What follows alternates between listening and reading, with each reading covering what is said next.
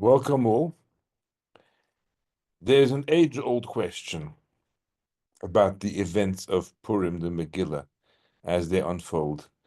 It's actually one that's bugged me since I was a kid, because the teachers from nursery school teach the story, share the story of Purim with such drama, and it's an amazing it's an amazing story of palace intrigue and kind of all kinds of backstabbing and plots and parties, etc.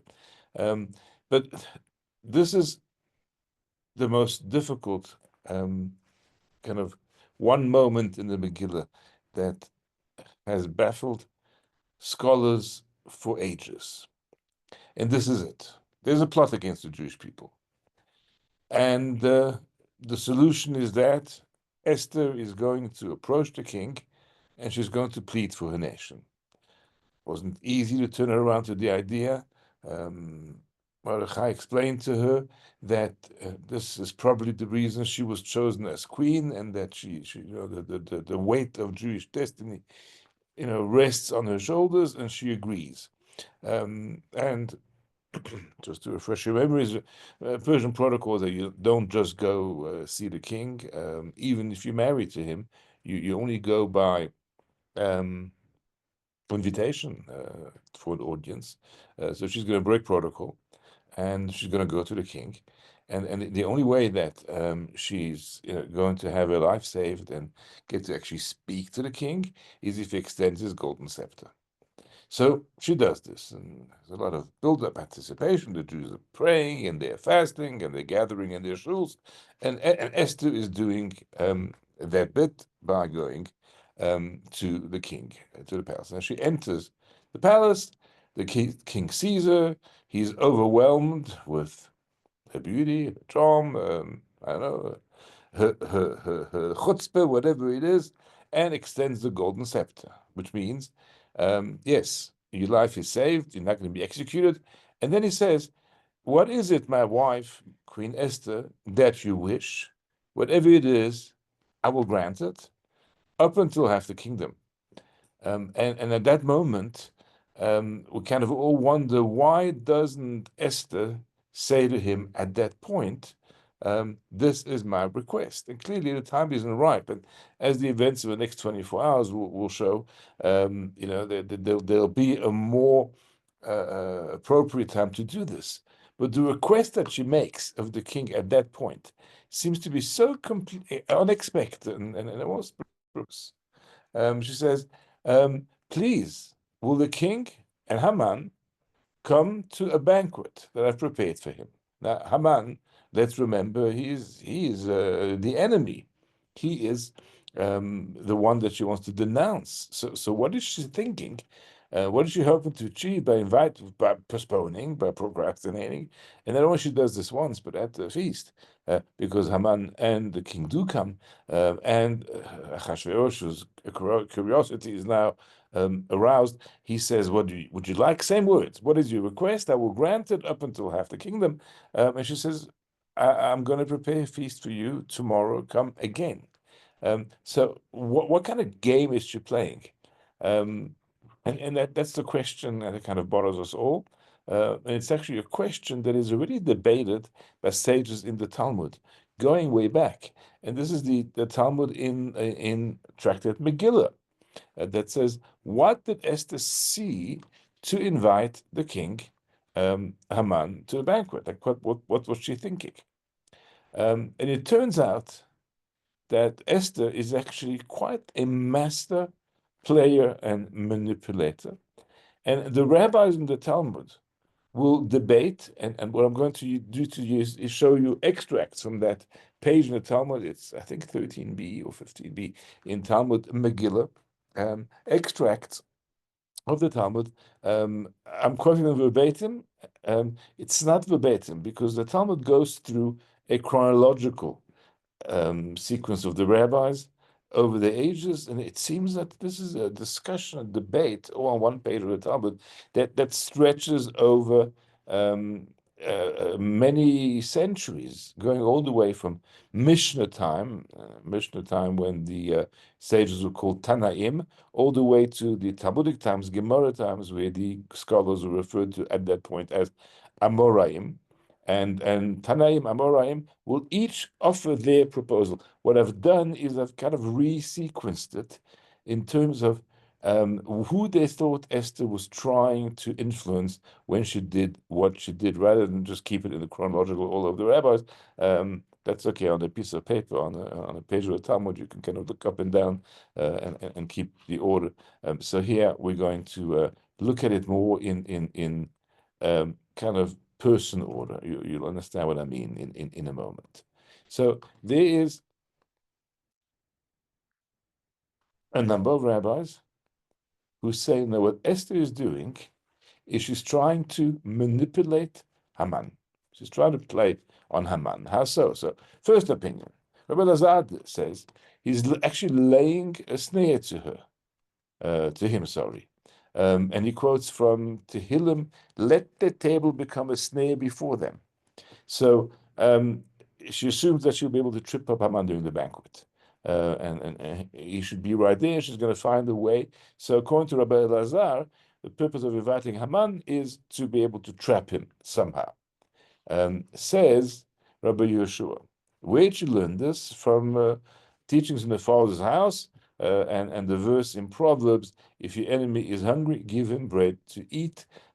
Similar idea, raising Haman's expectations so that he's taken completely by surprise when an accusation is eventually leveled against him. But Meir says it was practical. She didn't know when was the right time that to tell the king that Haman is the subject of this entire meeting, and he's the one who wants to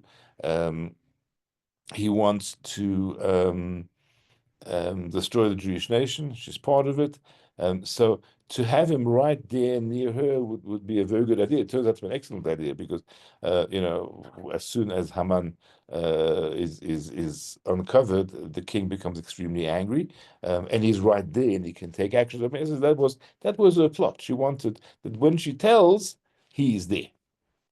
And Rabbi Yosef says that very similar.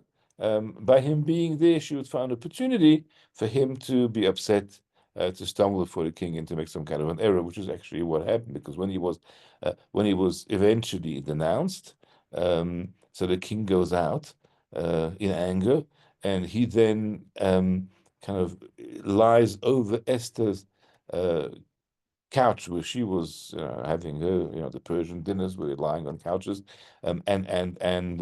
this was a mistake because when Achashverosh saw that, he had totally different ideas in mind.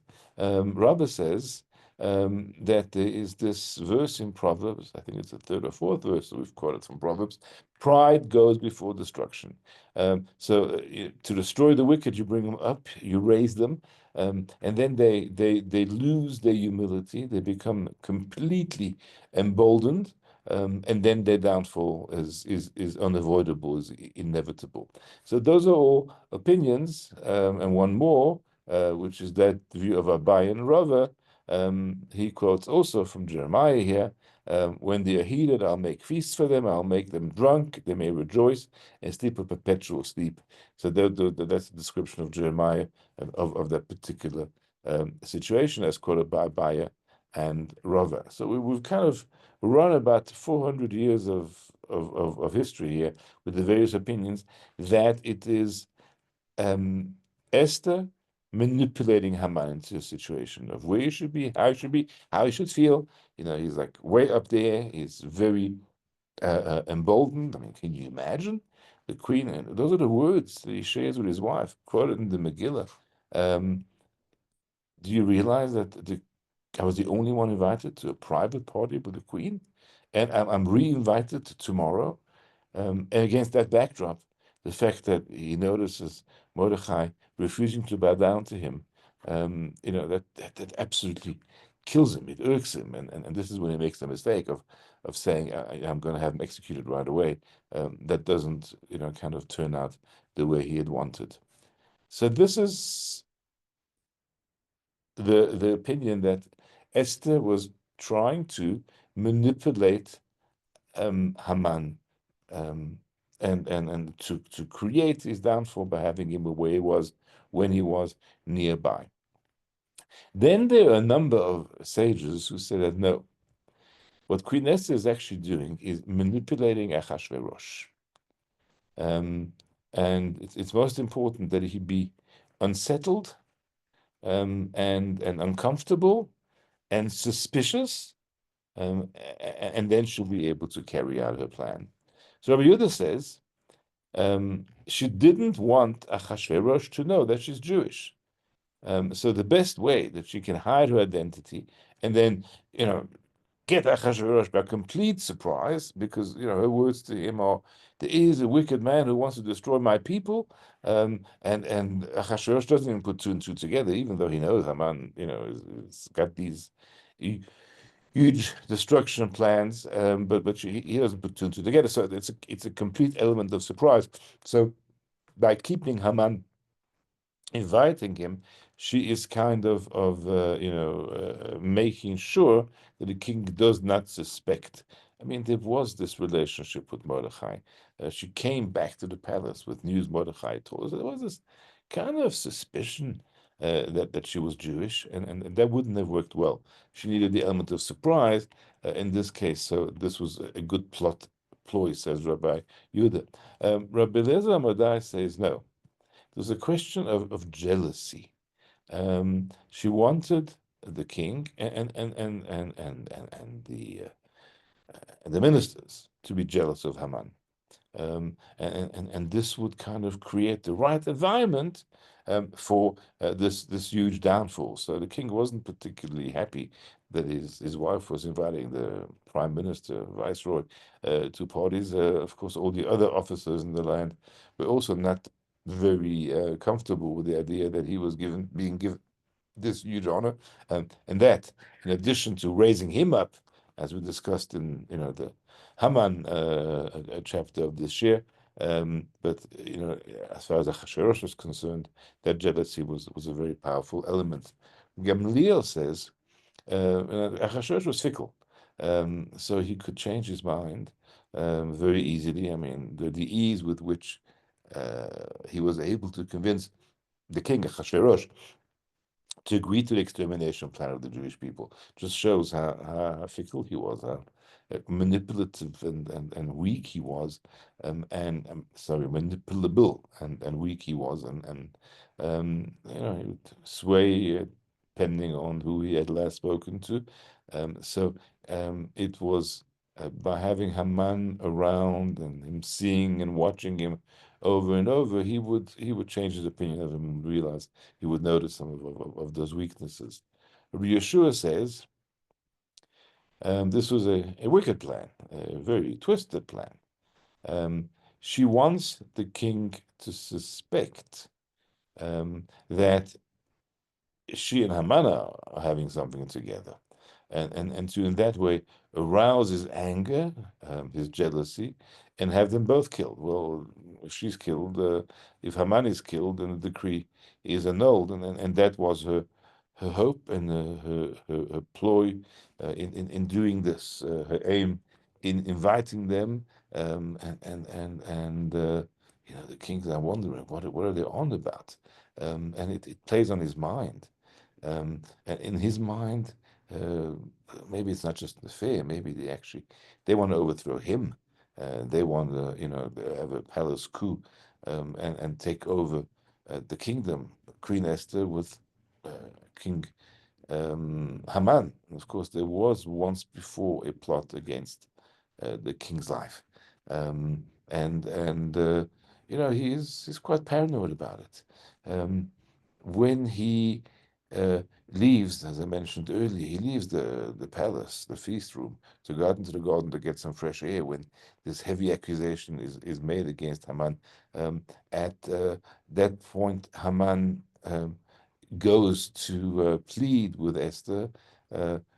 Achashverosh comes back into the room and see him, kind of lying over the couch where Esther was, and that kind of confirms his worst suspicions. But then there is an opinion that actually he's playing the Jewish people. He is actually, sorry, she, Esther, is actually trying to manipulate the Jewish people. Now, why is that? Because although it was a secret, it wasn't a complete secret. And Jews were starting to find out that there's a Jewish queen in the palace and that she is going to be the key to their salvation. She knows that salvation will come from Hashem.